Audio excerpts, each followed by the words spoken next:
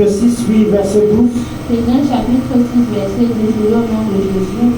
Car nous n'avons pas à lutter contre la chair et le sang, Car nous n'avons pas à lutter contre la chair et le sang, mais contre les dominations, mais contre les dominations, contre les autorités, contre les autorités, contre les princes de ce monde de ténèbres, contre les princes de ce monde de ténèbres, contre les esprits méchants dans les lieux et célestes. contre les esprits méchants dans les lieux célestes. Ah, c'est cette catégorie de démons que nous sommes en train d'étudier, comment ils agissent dans la vie des personnes.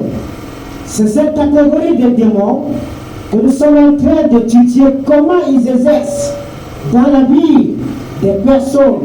Alors, ayant reçu le mandat venant des dominations de leur chef, le diable, puisque le monde entier est sous la puissance du diable, et on parle ici des esprits méchants dans les lieux célestes. Ça veut dire le lieu d'habitation, c'est dans les lieux célestes pour observer et regarder tous ceux qui sont en train de vouloir chercher à émerger, à réussir.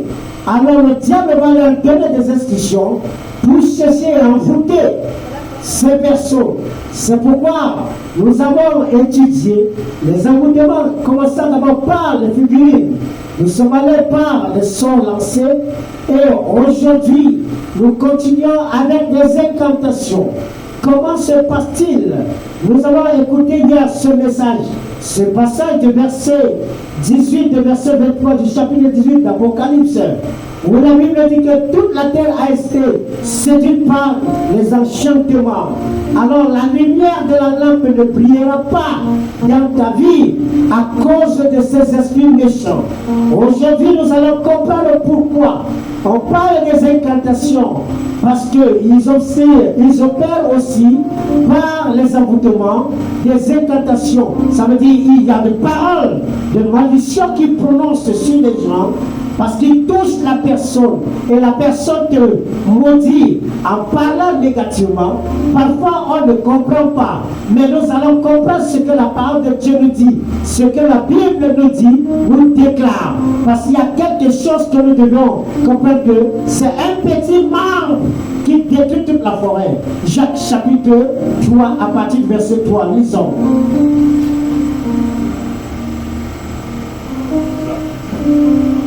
Jacques chapitre 3. Assieds-toi. Oui. Lecture de la parole de Dieu dans le livre de Jacques chapitre 3. Oui. À partir du verset 3 jusqu'à 12. Du verset 3 jusqu'à 12. Oui. Il est écrit, si nous mettons le mort dans la bouche, si nous mettons le mort dans la bouche des chevaux, qu'est-ce qu'on parle du mort? Du mort, c'est ce qu'on fait avec la bouche du cheval. Ça veut dire, on met le truc ici au niveau, le sort du regard.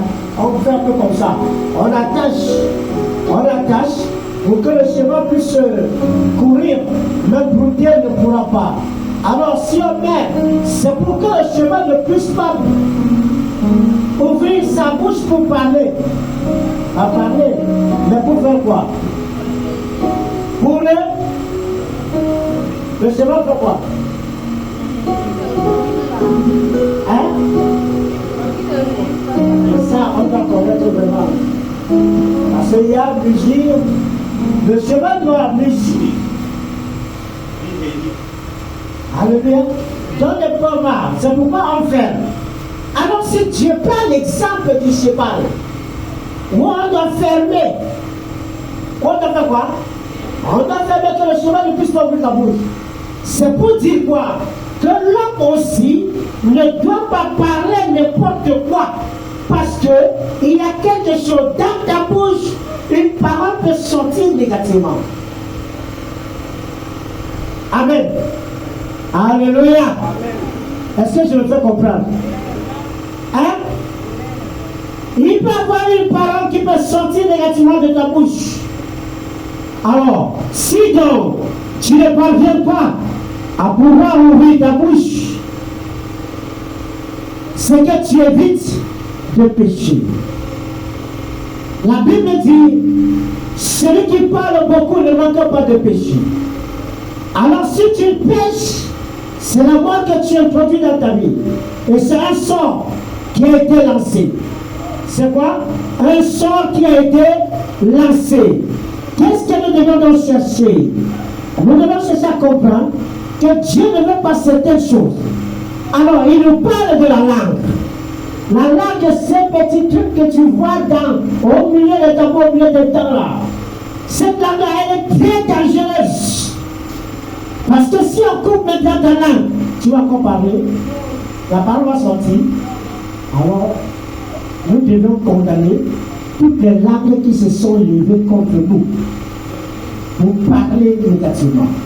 J'ai dit les incantations, c'est quoi?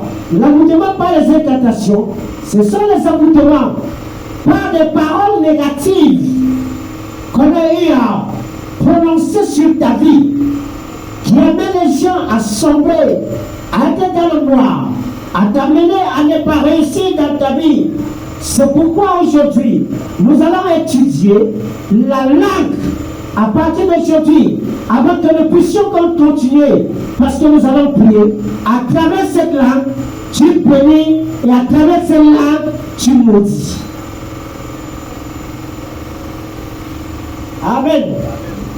Alléluia. Est-ce que je me fais comprendre? Hein? Qu'est-ce que c'est?